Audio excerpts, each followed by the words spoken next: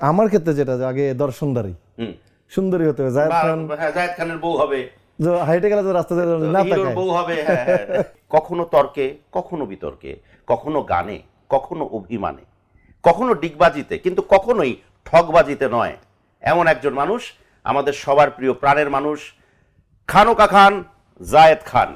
ঈদ মোবারক দাদা। ঈদ মোবারক।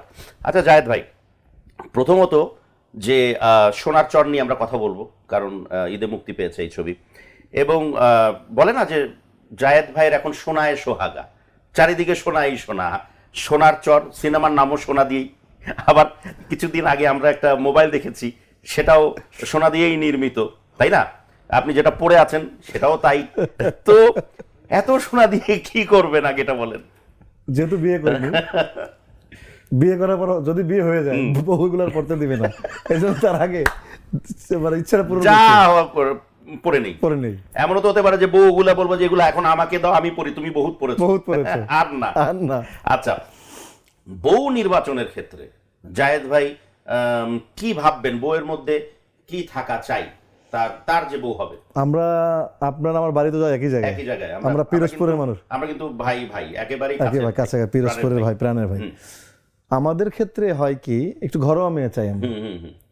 সেক্ষেত্রে আমার ক্ষেত্রে যেটা আগে দর্শনদারি সুন্দরী হতে হবে, জায়েদ খান, হ্যাঁ জায়েদ খানের বউ হবে, যে হাইটে গেলে তো রাস্তাতে না হিরোর তাকায়। বউ হবে। হ্যাঁ হ্যাঁ।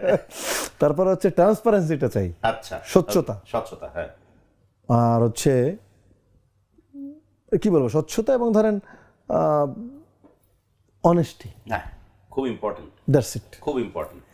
আমার কাছে ইম্পর্টেন্ট না যে টাকা, আমার কাছে ইম্পর্টেন্ট না সে পজিশন কি, নাথিং এলস।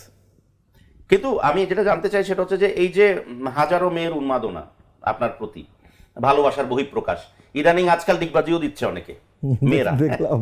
তো যদিও এটা খুব কষ্টসাধ্য বিষয়, আমি তুই একবার ট্রাই করেছি, এখন জায়েদ ভাই ডিগবাজি দেওয়াচ্ছে দেখি না, কয়েকজনকে দিয়ে দেওয়াই মানে দেওয়ানোরও প্রক্রিয়ায় ছিলাম, কিন্তু আসলে দেখলাম আসলে জিনিসটা খুব কষ্টসাধ্য বিষয়। তো ডিগবাজি যে জিনিসটা, এটাও যে মানুষ আপন করে নিতে পারে, এবং এটাও যে একটা সিগনেচার স্টেপ হতে পারে বা সিগনেচার মুভ, আমি স্টেপ বলবো না, এটাকে মুভ বলবো, সিগনেচার মুভ।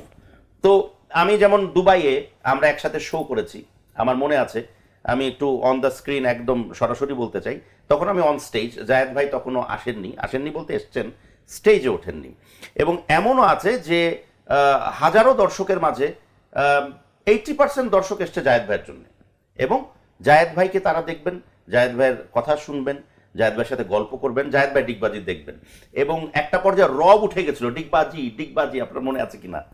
ঠিক কিনা? আপনি তারপর তো ডেকে উঠেলেন, আমি তো উঠালাম, বললাম যে থামবে না এই দর্শক।